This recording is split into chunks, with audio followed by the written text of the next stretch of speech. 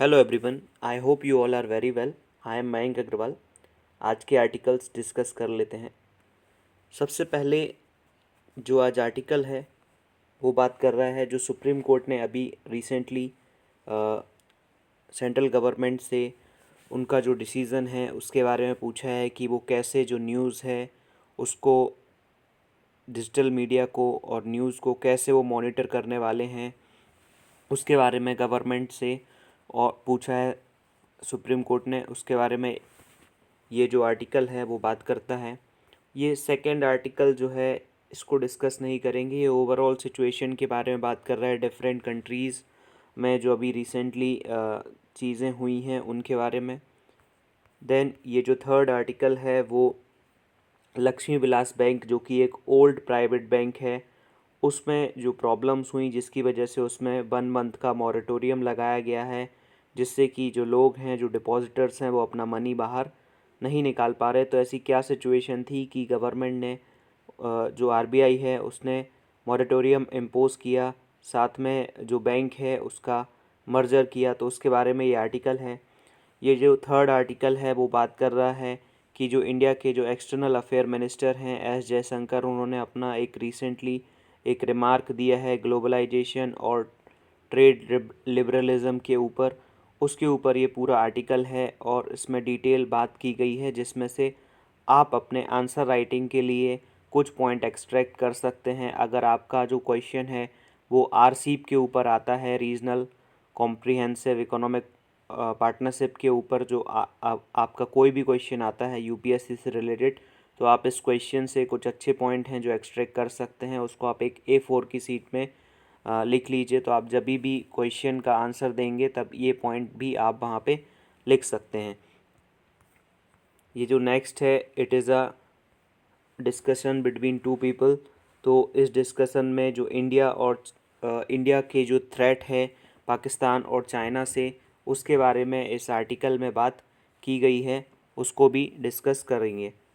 अब ये जो कैरिकेचर है इसमें ये एक सेल्फ एक्सप्लेनेटरी कैरिकेचर है। मींस यहाँ पे देखा जा रहा है कि लोग जो है वो ऐसा कैरिकेचर जिसने भी बनाया उसका मानना है कि जो लोग हैं अगर वो अपने आप को एक काऊ है उसके पीछे छुपा लेते हैं तो लोग उसको ज़्यादा अच्छी तरीके से ट्रीट करेंगे इन कंपैरिजन विद जो लोग हैं वो खुद आगे आ जाएं।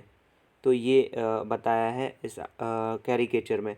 अब सबसे पहले जो सबसे फर्स्ट आर्टिकल है उसमें बात की जा रही है कि जो सुप्रीम कोर्ट है उन्होंने यूनियन गवर्नमेंट से पूछा है कि वो क्या मेजर्स लेना चाहते हैं, क्या वो कर रहे हैं against communally slanted television coverage. जो टेलीविज़न कवरेज है उसमें जो कम्युनल एंगल है वो आगे लेके आया जा रहा है। तो उसको कर्व करने के लिए गवर्नमेंट क्या कर रही है, बिकॉज़ ये जो कंडीशन है वो इस हद तक फिर आगे आने वाले टाइम में बढ़ जाएगी जब यहाँ से जो है वो अनडिज़ायरेबल कॉन्सिक्वेंसेस आने लगेंगे।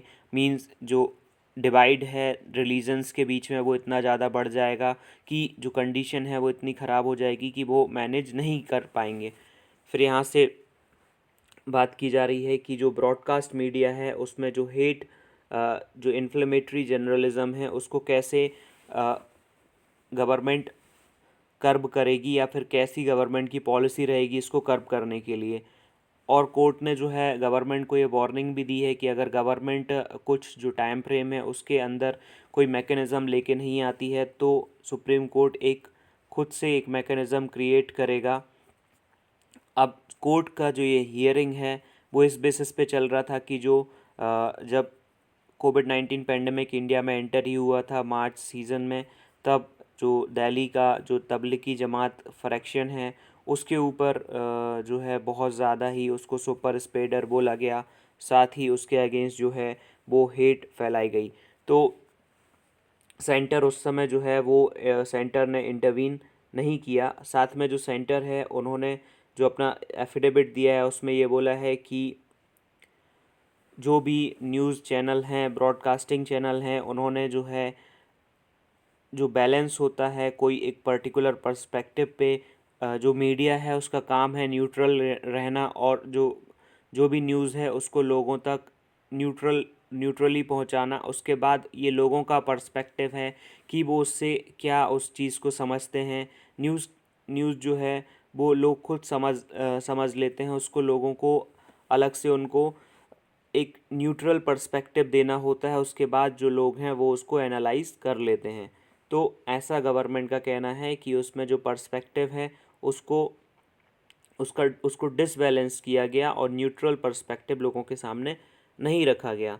अब यहाँ पे जो कोर्ट है, कोर्ट का कहना है कि गवर्नमेंट ने आखिर क्या एक्शन लिया है under the cable television network regulation act. जो भी ऑफेंडिंग ब्रॉडकास्टर्स हैं जिन्होंने भी गवर्नमेंट की जो गाइडलाइंस हैं या जो ये एक्ट है केबल टेलीविज़न नेटवर्क एक्ट, इसके ऊपर क्या डिसीज़न गवर्नमेंट ने लिया है। तो अब दूसरी चीज़ ये है कि अगर गवर्नमेंट कोई भी डिसीज़न लेती है तो जो बैलेंस है डिसीज़न लेने का और दूसरा मीडिया की फ्रीडम का, वो एक दूसरे से पूरी तरह से कॉन्ट्रास्ट है। अगर गवर्नमेंट कोई भी डिसीज़न लेती है तो दूसरी तरफ ये बोला जाता है कि गवर्नमेंट मीडिया की जो फ्री स्पीच है उसको कर्ब कर रही है, और दूसरा अगर गवर्नमेंट इनडिसिसिव है तो ये बोला जाएगा कि गवर्नमेंट कोई डिसीज़न नहीं ले रही है। तो एक बैरियर है गवर्नमेंट, जो जिस बैरियर को गवर्नमेंट जो है वो पार नहीं कर पा रही है, बिकॉज अगर कोई क्लियरली डिमार्केटेड ऐसी लाइन हो जिसको सुप्रीम कोर्ट फ्रेम कर दे कि हाँ इतने हद तक जो न्यूज़ है उसको इस तरह से ऐसा पर्सपेक्टिव दिया जा सकता है, तभी गवर्नमेंट जो है वो डिसीज़न ले सकती है। अब यहाँ पे कोर्ट भी इस बात से भी अनकन्विंस्ड है कि जो मीडिया चैनल हैं वो अभी सेल्फ रेगुलेशन के अंडर हैं, मींस वो अपनी एक बॉडी उन्होंने बनाई हुई है जिसमें वो अपने आप को सेल्फ रेगुलेट करते हैं, और उनका एक जो है ऑर्गेनाइजेशन है जिस ऑर्गेनाइजेशन में अगर वो कोई भी नॉर्म्स जो उन्होंने बनाए हुए हैं या गवर्नमेंट के कुछ नॉर्म्स हैं जिनको वो फॉलो करते हैं, और अगर वो कोई भी मीडिया चैनल वायलेट करता है तो उसके ऊपर फ़ाइन या फिर उस पर कर्ब लगाने की बात वो लोग खुद करते हैं। बट सुप्रीम कोर्ट इस बात से जो है कन्विंस नहीं है कि वो उनका सेल्फ रेगुलेशन जो है मीडिया हाउसेस का वो इफ़ेक्टिव है। अगर सेल्फ रेगुलेशन मैकेनिज़्म जो है वो एक नैरेटिव, जो मैंने आपको बताया कि पर्टिकुलरली नैरेटिव मींस किसी एक चीज़ के लिए बियास्ड न्यूज़ जो अभी दिखाई जाती है जिसमें सिर्फ एक ही पक्ष आपको दिखाया जाता है न्यूज़ का, वो अगर ऐसा करना न्यूज़ चैनल बंद जब तक नहीं करेंगे तब तक एनबीएसए जो है उसका कोई भी मीनिंग नहीं रह जाता। तो गवर्नमेंट के पास क्या गवर्नमेंट के पास क्या ऐसी क्या कंडीशन है जिसके अंडर गवर्नमेंट वर्क कर सकती है और इन सब चीज़ों को कर्ब कर सकती है। तो गवर्नमेंट जो है under the act to prohibit transmission of programmes that violate the programme और एडवर्टाइजिंग कोड, सेक्शन 19 है जो ऊपर एक्ट देखा था उसका, और दूसरा है गवर्नमेंट एंटायर चैनल को पब्लिक इंटरेस्ट के लिए जो है वो बैन कर सकती है। अब यहाँ पे कुछ पास्ट में भी ऐसे इंस्टेंसेस हुए हैं जब गवर्नमेंट ने जो चैनल्स हैं उनको प्रोग्राम्स को ऑफ एयर ले जाने की बात की है। जैसे अभी रिसेंटली जो सुदर्शन न्यूज़ है उनका एक पर्टिकुलरली सुदर्शन न्यूज़ का एक जो प्रोग्राम है वो ऐसी कम्युनिटी गाइडलाइंस को वॉयलेट करता है, कम्युनिटी में हेट्रेट फैलाने का काम उसने किया है। तो उसके बेसिस पे गवर्नमेंट ने उसको जो है नेक्स्ट एपिसोड से बोला था कि जो पर्टिकुलर आपकी सीरीज़ है उसको मॉडरेट कर दे, उसका जो कंटेंट है उसको मॉडरेट कर दे, बिकॉज़ इस पर्टिकुलर जो उनका प्रोग्राम है उससे वॉयलेशन तो हो ही रहा है नॉर्म्स का वॉयलेशन तो है ही, साथ में वहाँ पे जो है सोसाइटी के लिए जो डैमेज है, इंडिविजुअल्स के लिए डैमेज है, इंस्टीट्यूशंस के लिए एक तरह से जो है वो डैमेज होता है। तो अब यहाँ पे मेन बात यह है कि गवर्नमेंट जो है या जो कोर्ट है जो अभी पर्टिकुलरली डिसीज़न ले रहा है उसको डिस्टिंग्विश करना पड़ेगा free speech and hate speech के बीच में, then only government can come in to play. Because अभी अगर गवर्नमेंट कोई भी डिसीज़न लेती है so that decision will be termed as curb on media freedom. अगर गवर्नमेंट डिसीज़न सुप्रीम कोर्ट के डिसीज़न के बाद लेती है, then government will be empowered to take the decision appropriately. फिर गवर्नमेंट जो है कोई भी डिसीज़न ले सकती है। तो गवर्नमेंट को एक नया मैकेनिज़्म क्रिएट करना चाहिए जिससे कि जो ब्रॉडकास्ट मीडिया है उन पे उनकी वजह से जो हेट स्पीच है या जो रिलीजन्स हैं उनके बीच में जो प्रॉब्लम्स आ रही हैं उनको कर्व किया जा सकता है। अभी जो नेक्स्ट आर्टिकल है ये बात कर रहा है एक ओल्ड प्राइवेट बैंक, जब डिफरेंट डिफरेंट प्राइवेट बैंक्स को नेशनलाइज किया गया था 1969 में। उस समय जो है एक प्राइवेट बैंक जो है वो अभी जिसकी बात चल रही है लक्ष्मी विलास बैंक, वो रह गया था। दैट्स वाई इसको एक ओल्ड प्राइवेट बैंक बोला जाता है। तो आरबीआई ने रिजर्व बैंक ऑफ इंडिया ने जो है रिकमेंड किया है imposition of 1 month moratorium on Lakshmi Vilas bank. जो लक्ष्मी विलास बैंक है उसमें जो अपना आरबीआई है उन्होंने 1 मंथ के लिए बैन लगा दिया है कोई भी ट्रांजैक्शन के ऊपर। और साथ में जो है उसका अमलगमेशन मतलब उसको जो है वो सिंगापुर गवर्नमेंट का जो बैंक है डीबीएस बैंक, उसके साथ उसको अमलगमेट कर दिया, जो कि एक सही चीज़ है बैंकिंग रेगुलेटर ने जो ये किया। अब यहाँ पे अगर उन्होंने जो है वो उसका अमलगमेशन किया है, अमलगमेशन मीन्स जो बैंक है उसका कंट्रोल डीबीएस बैंक को दिया है, तो इससे डिपॉजिटर्स और एम्प्लॉयज़ उनका जो इंटरेस्ट है मींस उनके जो हित हैं वो सही रहेंगे। साथ में जो शेयर होल्डर्स हैं उनको भी उनके जो शेयर्स हैं उसकी वैल्यू वापस से मिल जाएगी जब जो मर्जर है वो ऑपरेशनलाइज्ड हो जाएगा। अब यहाँ पे कंडीशन ये है कि जस्ट 8 मंथ पहले यस बैंक के साथ भी ऐसा ही हुआ था और अब ये दूसरा एक प्राइवेट बैंक है जिसके साथ इस तरह से हो रहा है। उस समय भी आरबीआई ने जो है वो कैपिटल इन्फ्यूज़न किया था, मतलब बैंक में जो है वो कैपिटल दिया था। तो ये बात यहाँ पे की जा रही है। अब ये जो लक्ष्मी विलास बैंक है वो करूर बेस्ड बैंक है, मींस करूर एक प्लेस है वहाँ इसकी स्थापना हुई थी, तो that's why it is known as Karur based bank. तो यहाँ पे अगर जो रेगुलेटर है जो आरबीआई है अगर इसको बेल आउट प्रोवाइड करवा देता है तो ये जो वाइडर फाइनेंशियल स्टेबिलिटी है वो बनी रह सकती है। अब यहाँ पे आखिर ऐसी क्या कंडीशन थी जिसकी वजह से लक्ष्मी विलास बैंक को जो है मॉरेटोरियम के अंडर जो है गवर्नमेंट लेके आई। सबसे पहली चीज़ जो लक्ष्मी विलास बैंक है उसको कंटिन्यूस जो है वो लॉस हो रहे थे, साथ में उसकी जो नेटवर्थ है वो भी धीरे धीरे जो है वो एरोज होती जा रही थी और जो फ्रेश कैपिटल है वो रेज़ नहीं कर पा रहे थे, क्योंकि कोई भी कंपनी में कोई भी इन्वेस्टर तब इन्वेस्ट करता है जब उसकी नेटवर्थ अच्छी हो, साथ में कंपनी को प्रॉफिट हो। कोई लॉस मेकिंग एंटिटी में जो है लोग इन्वेस्ट नहीं करते हैं। तो जो बैंक है उसको जो फ्रेश कैपिटल है अपने वर्क करने के लिए, लोगों को लोन देने के लिए वो फ्रेश कैपिटल नहीं थी, तो उसका प्रॉफिट भी जो है वो नहीं बन पा रहा था। तो ये पर्टिकुलर कंडीशन थी। अब यहाँ पे जो आरबीआई का प्रॉम्प्ट करेक्टिव एक्शन है उस फ्रेमवर्क के अंडर बैंक को सितंबर 2019 में जो है प्लेस किया गया था। मींस कि आरबीआई जो है वो बैंक की कंडीशन को मॉनिटर करते हुए उसको प्रॉम्प्ट करेक्टिव फ्रेमवर्क में डाला था और बैंक को ये ऑर्डर भी दिया था कि वो अपनी जो कंडीशंस हैं उसको ठीक करे। लेकिन जो बैंक है उसके जो फाइनेंसेस हैं वो पूरी तरह से जो है वो ख़राब हो गए। अब यहाँ पे बात की जा रही है the gross ratio of non performing assets है टू एडवांसेस। अब जो नॉन परफॉर्मिंग एसेट्स हैं वो क्या होती, जब कोई पर्सन बैंक से जो है वो लोन लेता है और अगर जो लोन है उसका जो इंटरेस्ट है वो 3 मंथ तक अगर नहीं देता है तो वो जो लोन अमाउंट है उसको एनपीए माना जाता है। Mean non performing asset means जो लेंडर है उसके पास ब्याज का पैसा नहीं आ रहा है, इसका मतलब है। और अगर आगे भी वो नहीं आता है तो फिर उसको बैड लोन की तरह एक टर्म कर दिया जाता है। तो अब यहाँ पे बात की जा रही है कि नॉन परफॉर्मिंग एसेट जो है बैंक की वो उसका रेशियो किसके साथ, एडवांसेस के साथ, मतलब लोन के साथ। मतलब टोटल अगर बैंक ने 100 रुपीज़ का लोन दिया है तो 100 रुपीज़ में से 25.4% रुपीज़ जो हैं, इतने रुपए जो हैं वो नॉन परफॉर्मिंग एसेट के अंडर हैं।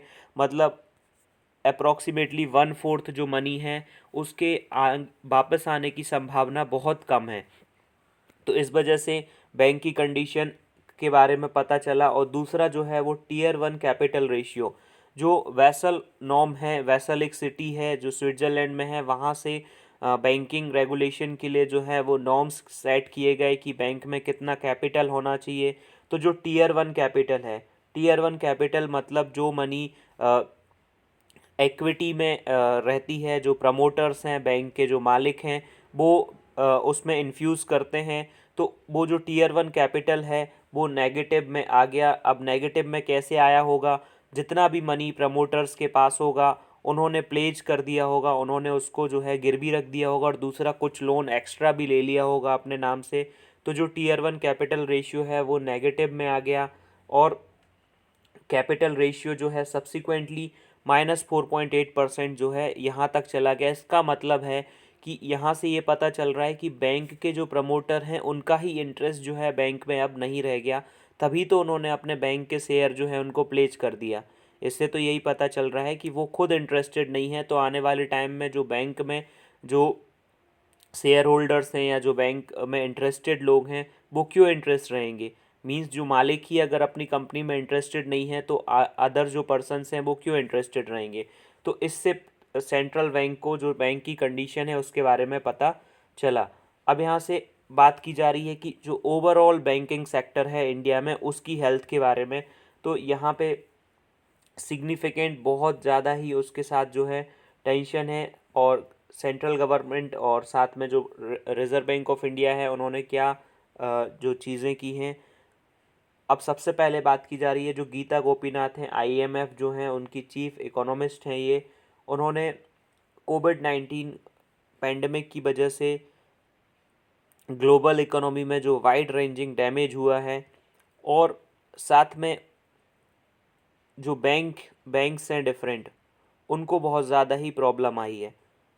और जो कॉरपोरेट बैलेंस शीट है, जो कॉरपोरेट हाउसेस हैं, उन्होंने कहीं ना कहीं जो लोन लेके रखा है, अब मार्केट में कोविड-19 पैंडमिक की वजह से जो है डिमांड नहीं है, तो वो बैंक का जो लोन है वो वापस नहीं कर पा रहे, जिसकी वजह से कॉरपोरेट की जो बैलेंस शीट है उसमें स्ट्रेस है। मींस बैलेंस शीट में जो प्रॉब्लम है, मींस प्रॉफिट कम हो रहा है और लोन का अमाउंट और उसके ऊपर ब्याज वो बढ़ता जा रहा है।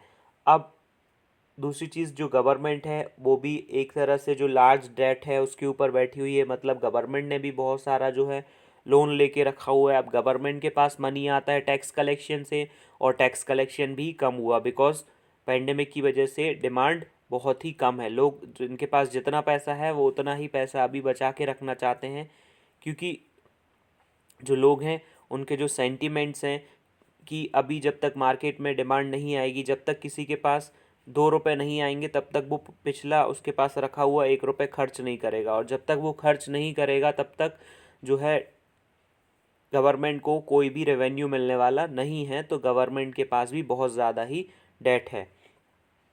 तो गवर्नमेंट ने जो है धीरे धीरे लिक्विडिटी को आगे बढ़ाने के लिए जो भी एफर्ट लगाए हैं, उन एफर्ट से कुछ तो चेंज आया है। साथ में जो रिज़र्व बैंक ऑफ इंडिया है उसने जो है बहुत ध्यान रखा है शेड्यूल कमर्शियल बैंक की जो कंडीशन है उसके ऊपर। अब ये शेड्यूल कमर्शियल बैंक क्या होते हैं? ऐसे बैंक जिनको जो है रिज़र्व बैंक एक्ट 1935 में जो है उसके शेड्यूल 2 में रखा जाता है, उसको शेड्यूल कमर्शियल बैंक बोला जाता है। शेड्यूल कमर्शियल बैंक की जो पेड अप कैपिटल है वो 5 लाख रुपीज़ होती है। तो शेड्यूल कमर्शियल बैंक उन बैंक्स को बोला जाता है जिनको शेड्यूल सेकंड में रखा जाता है RBI एक्ट में। साथ में उनकी पेड अप कैपिटल मतलब जो भी उनके शेयर्स होते हैं वो 5 लाख रुपीज़ के होते हैं। ये बहुत ही ओल्ड फैशन्ड डेफिनेशन है because 5 lakh is very small amount, but ऐसा है RBI की तरफ से, तो अपन को तो याद करना पड़ेगा। Then non banking financial companies के ऊपर भी और जो मॉर्टगेज लेंडर्स हैं जैसे कि जो गोल्ड फाइनेंस वगैरह देते हैं, उनके ऊपर भी आरबीआई एक तरह से नज़र रखे हुए है। नेक्स्ट जो आरबीआई ने जो अपनी फाइनेंशियल स्टेबिलिटी रिपोर्ट जो लॉन्च की थी जुलाई में, उसमें भी उन्होंने स्ट्रेस दिया था कि जो एनपीए रेशियो है कमर्शियल बैंक्स का वो 14.7% हो सकता है। मींस ऊपर जो बात की थी कि लोन अमाउंट अगर 100 है उसमें से 25.4% जो था लक्ष्मी विलास बैंक का वो एनपीए था, बट यहाँ पे कमर्शियल जो बैंक्स हैं उनका 14.7% ऐसा अमाउंट है जो एनपीए हो जाएगा। और एक साल पहले वो 8.5% था, बिकॉज कोविड-19 पेंडेमिक की वजह से जो लोन है वो जो बैंक्स हैं उनको वापस नहीं मिल पा रहे हैं। और दूसरी चीज़ है पेंडेमिक की वजह से ये सारी चीज़ें एडवर्सली इम्पैक्ट हुआ है। जो जीडीपी है वो 8.9% कॉन्ट्रैक्ट हो गई है करंट फिजिकल में। इसको आप ऐसे समझें कि जैसे एक कंट्री है वहाँ पे 100 कार प्रोड्यूस होती हैं, तो अगर जीडीपी 8.9% मतलब अप्रॉक्सीमेटली 9% जो है कॉन्ट्रैक्ट हो गई है, it means that next year जो है वो 91 कार ही प्रोड्यूस होंगी। तो अब 91 कार प्रोड्यूस होंगी तो उससे गवर्नमेंट को टैक्स में भी मनी कम मिलेगा। दूसरी चीज़ एम्प्लॉयमेंट भी कम जनरेट होगा। तीसरी चीज़ लोग कम खर्च भी करेंगे। तो ये सारी चीज़ें जीडीपी में जब कमी होती है तो उसकी वजह से जनरेट होती हैं। दूसरा, इन अक्टूबर जो बैंक है उसने फोरकास्ट किया था कि जीडीपी जो है वो 9.5% तक श्रंक हो सकती है। तो ये बात इस आर्टिकल में की जा रही है। अब ये जो नेक्स्ट आर्टिकल है जिसके बारे में मैं बोल रहा था कि आप यहाँ से कुछ ऐसे पॉइंट एक्सट्रैक्ट कर सकते हैं, जब आप कोई भी आंसर है, कोई भी एक पर्टिकुलर टॉपिक है, उसको आप कोशिश कीजिए कि आपके पास अप्रॉक्सीमेटली 250 वर्ड 250 वर्ड तो आपके पास होना चाहिए, जिससे कि आप उसका एक आंसर जो है वो दे सकें। तो यहाँ पे बात की जा रही है कि रिसेंटली जो इंडिया के एक्सटर्नल अफेयर मिनिस्टर हैं एस जयशंकर, उन्होंने जो है ग्लोबलाइजेशन और फ्री ट्रेड के ऊपर अपना जो है वो वक्तव्य दिया। तो अब यहाँ पे जो उनकी ऑब्जर्वेशंस हैं उसके बेसिस पे उन्होंने बोला कि जो भी फ्री ट्रेड एग्रीमेंट इंडिया ने किए हैं उसकी वजह से इंडिया का जो मैन्युफैक्चरिंग सेक्टर है या इंडस्ट्रियल सेक्टर है वो डी इंडस्ट्रियलाइज्ड हो गया। मींस अगर free trade agreement other countries के साथ किया जाता है तो उनका जो गुड्स है वो अपनी कंट्री में फ्लडेड हो जाएगा, वो बहुत ज़्यादा मात्रा में सस्ते रेट पे अपनी कंट्री में आ जाएगा। तो अपनी कंट्री की जो मैन्युफैक्चरिंग इंडस्ट्रीज़ हैं या जो जो भी इंडस्ट्रीज़ हैं जो कोई पर्टिकुलर प्रोडक्ट को प्रिपेयर करती हैं, वो उससे उनको बहुत ही ज़्यादा जो है वो हार्म होगा। तो ऐसा मिनिस्टर का कहना था।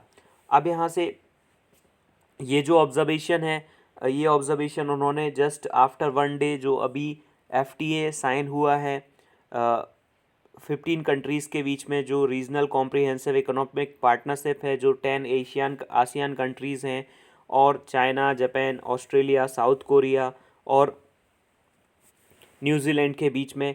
अब ये जो ग्रुपिंग है ये जो ग्रुपिंग है वो पूरे वर्ल्ड का 30% ऑफ जीडीपी को रिप्रेजेंट करता है। साथ में पूरे वर्ल्ड की 1/3 पॉपुलेशन इन कंट्रीज़ में रहती है।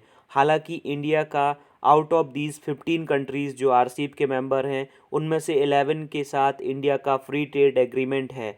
तो जो फ्री ट्रेड एग्रीमेंट है उसके बारे में यहाँ पे जो राइटर है उसने पॉजिटिव पॉइंट्स दिए हैं कि फ्री ट्रेड एग्रीमेंट से आखिर क्या फ़ायदा होता है।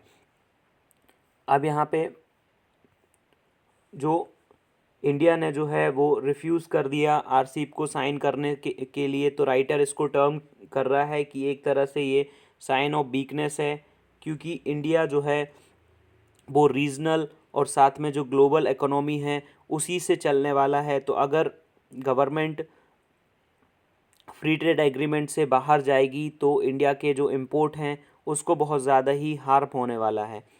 तो यहाँ पे राइटर टर्म कर रहा है कि जो एफटीए हैं वो गेटवेज हैं इंटरनेशनल ट्रेड के। अगर दो कंट्रीज़ के बीच में फ्री ट्रेड एग्रीमेंट होता है तो एक कंट्री की जो मैन्युफैक्चरिंग इंडस्ट्री है और दूसरी कंट्री की जो मैन्युफैक्चरिंग इंडस्ट्री है उनको बहुत ज़्यादा ही बूस्ट मिलता है, क्योंकि जो डिमांड अगर कोई भी गुड्स की दूसरी कंट्री से आएगी तो उसको भी पूरा किया जा सकता है। और फ्री ट्रेड एग्रीमेंट में कुछ इस तरह से जो कस्टम ड्यूटी जो होती है वो कस्टम ड्यूटी ना के बराबर होती है फ्री ट्रेड एग्रीमेंट में। मतलब जैसे आप अपनी कंट्री में बेच रहे हो कोई भी सामान, वैसे ही अदर कंट्री में भी सेल आउट कर सकते हो। तो यहाँ पे राइटर का कहना है कि इंडिया एक कोई भी जो मेजर एफटीए है उसका पार्ट नहीं है, तो इंडिया जो है वो ग्लोबल वैल्यू चेन का पार्ट नहीं हो सकता। मींस कोई भी एक पर्टिकुलर गुड्स है वो, जैसे फॉर एन एग्ज़ाम्पल आईफ़ोन को ले लेते हैं, तो जो आईफ़ोन है वो यूएसए की कंपनी जो है वो बनाती है एप्पल, लेकिन वो सिर्फ एप्पल का उसमें सिर्फ टैग है, लेकिन उसकी जो सारी चीज़ें हैं वो पूरी ग्लोबली प्रिपेयर होती हैं। जो है वियतनाम में उसका कोई चीज़ प्रिपेयर होती है, उसके बाद चाइना में कुछ प्रिपेयर होता है। तो इस तरह से जो ग्लोबली डिफरेंट कंट्रीज़ हैं उनमें सारी चीज़ें जहाँ पे उनको कैपिटल आसानी से मिल जाता है तो वहाँ पे वो कैपिटल ले लेते हैं, जहाँ पे एम्प्लॉयमेंट आसानी से मिल जाता है, जो वर्कर्स हैं वो आसानी से मिल जाते हैं, वहाँ पे वर्कर्स ले लेते हैं। तो अगर इंडिया को ग्लोबल वैल्यू चेन का पार्ट बनना है तो उसको फ्री ट्रेड एग्रीमेंट साइन ही करना पड़ेगा। और दूसरा, जो इंडिया के कॉम्पिटिटर्स हैं ईस्ट एशियन नेशंस हैं, अब वो तो आरसीईपी के मेंबर हैं, तो उनके लिए एक तरह से ये फ़ायदा है और वो फॉरेन इन्वेस्टमेंट को अट्रैक्ट कर सकते हैं। अब यहाँ पे बात की जा रही है कि इंडिया ने 1991 में ओपननेस जो है, लिबरलाइजेशन, प्राइवेटाइजेशन, ग्लोबलाइजेशन को जो है अपने यहाँ पे अलाउ कर दिया था।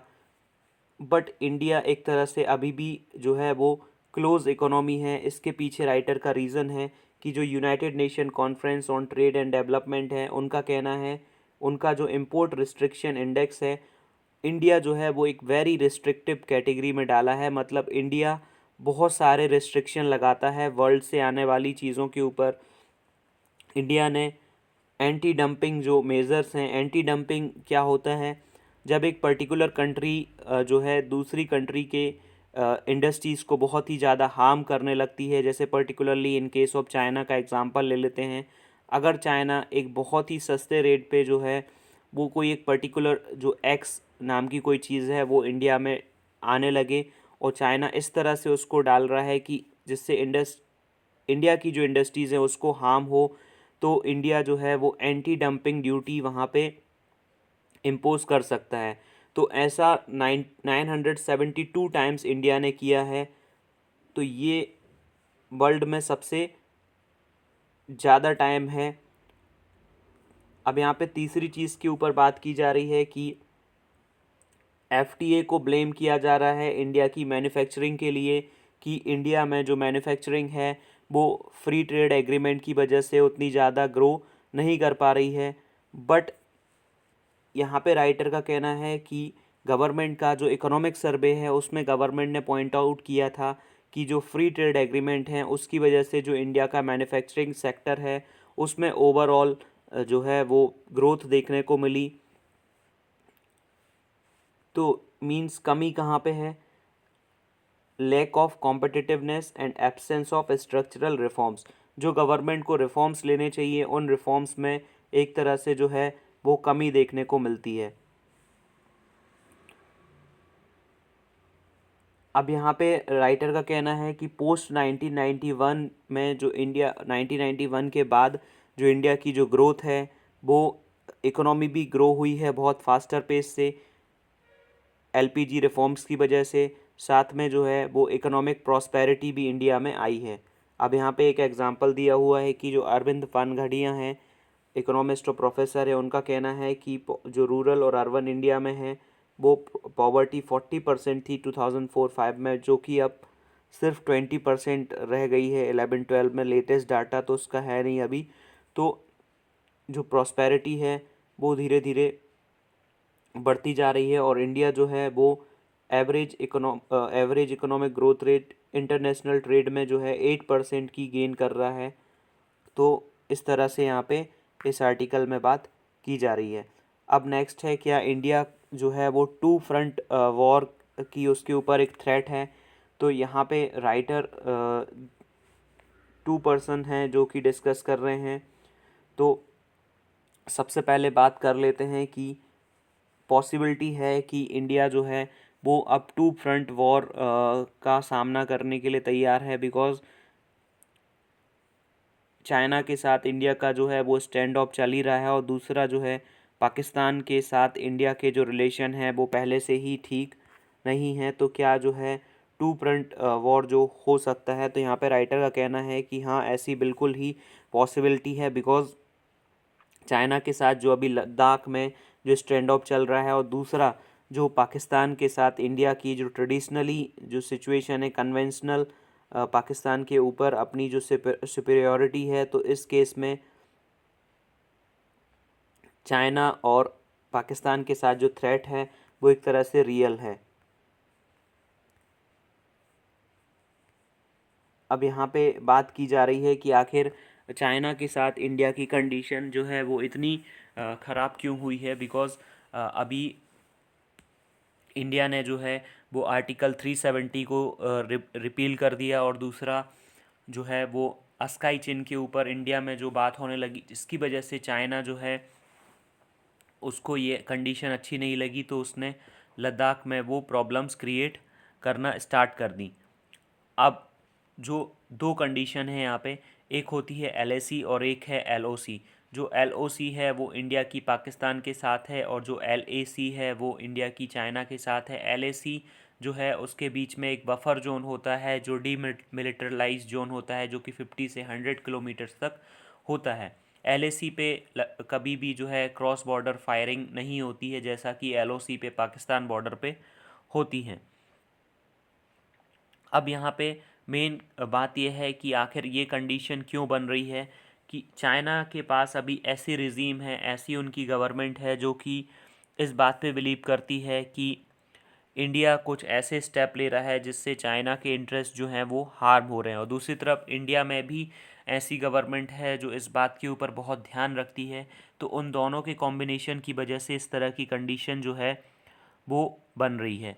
अब यहाँ पे मेन रीज़न ये भी हो सकता है चाइना के स्टैंड ऑफ का, बिकॉज जो चाइना पाकिस्तान इकोनॉमिक कॉरिडोर है उसमें अभी पाकिस्तान ने ये अप्रीहेंशन किया था कि जो इंडिया है वो वहाँ पे टेररिस्ट एक्टिविटीज़ को आगे बढ़ाने की कोशिश कर रहा है। तो ये $60 बिलियन का जो चाइना पाकिस्तान इकोनॉमिक कॉरिडोर है वो पाकिस्तान के ग्वादर पोर्ट तक पहुँचता है, और वो पाकिस्तान ने जो इंडिया का जो पार्ट है गिलगित बल्टिस्तान उसको जो है होल्ड करके रखा हुआ है, वो वहाँ से पास होता है। तो इसके बेसिस पे ये भी हो सकता है कि जो चाइना का अभी जो रिसेंटली स्टैंड ऑफ चल रहा है वो इस रीज़न की वजह से हो, CPEC की वजह से हो सकता है। अब नेक्स्ट है, दूसरी चीज़ ये है कि जो सिक्योरिटी जो नॉर्म्स हैं इंडिया ले रहा है, और जो डिप्लोमेटिक आर्किटेक्चर है, मींस इंडिया डिप्लोमेटिकली स्ट्रॉन्ग धीरे धीरे बनता जा रहा है। और दूसरी चीज़ जो जियो पॉलिटिक्स है वो कैसे आखिर इन कंडीशंस को जो है वो आगे बढ़ाने वाली है। तो पहली चीज़, जो कोविड-19 पेंडेमिक की वजह से जो चाइना है उसकी वर्ल्ड में जो कंडीशन है वो बहुत ही ज़्यादा ख़राब हुई। डिफरेंट कंट्रीज़ जो हैं वो चाइना के अगेंस्ट आ गए। उसके बाद जो चाइना ने जो अभी अलग अलग कंट्रीज़ के साथ जो चाइना की जो जियोपॉलिटिकल कंडीशन है, चाइना जो है वो 14 कंट्रीज़ से आसपास घिरा हुआ है, और हर एक कंट्री से चाइना का जो है वो बॉर्डर इशू है। तो इसके बाद दूसरी चीज़ जो है वो इंडिया ने आखिर क्या इसके बारे में किया है, तो सबसे पहली चीज़ जो क्वाड है उसको रिवाइव किया जा रहा है, जो 2007 में सबसे पहले इसके बारे में सोचा गया था। इसमें जो 4 कंट्रीज़ हैं, India, Japan, USA and Australia, ये जो कंट्रीज़ हैं वो Indo Pacific region means Indian ocean और पैसिफिक ओशियन के जो बीच का रीजन है, वहाँ पे फ्री मूवमेंट ऑफ गुड्स और शिप्स के बारे में बात करते हैं। देन जो ऑस्ट्रेलिया है उसको मालाबार एक्सरसाइज में भी इनवाइट किया गया। दूसरी चीज़, जो USA और इंडिया के जो रिलेशन हैं वो सबसे ज़्यादा हाइट पे पहुंच गया, बिकॉज जो 4 फाउंडेशनल जो एग्रीमेंट होते हैं उनको साइन किया गया इंडिया और USA के बीच में। तो यहाँ पे बात की जा रही है कि जो ग्लोबल जियोपॉलिटिक्स है वो एक बहुत ऊपर लेवल पे पहुँच गई है, और चाइना ने जो ये एक्शन किए हैं वो इसकी वजह से चाइना के जो रिलेशन है डिफरेंट कंट्रीज़ के साथ ठीक नहीं है। इवन चाइना के जो रिलेशन हैं वो जापान, ऑस्ट्रेलिया, यूएस, यूरोप इनके साथ ठीक नहीं हैं। और साथ में जो चाइना है वो इंडो पैसिफिक रीजन को बहुत ज़्यादा ही कंट्रोल करना चाहता है। और साउथ चाइना सी में चाइना जो है जिस तरह से अग्रेशन दिखाता है, तो इसके लिए ज़रूरी है कि चाइना को कर्ब किया जाए। अल्टीमेटली इंडिया को फ़ाइट तो खुद ही करनी पड़ेगी, बट ये डिफरेंट कंट्रीज़ हैं जिनका इंडिया के साथ डिप्लोमेटिक और इकोनॉमिक्स का अच्छा रिलेशन है, तो इनसे जो है इंडिया अपनी कोई ऐसी कंडीशन होती है तो इंडिया जो है वो हेल्प ले सकता है। ये बात इस आर्टिकल में की जा रही है। अगर आपने वीडियो को लाइक नहीं किया है तो वीडियो को लाइक कर लीजिए, चैनल को सब्सक्राइब कर लीजिए। Thank you very much.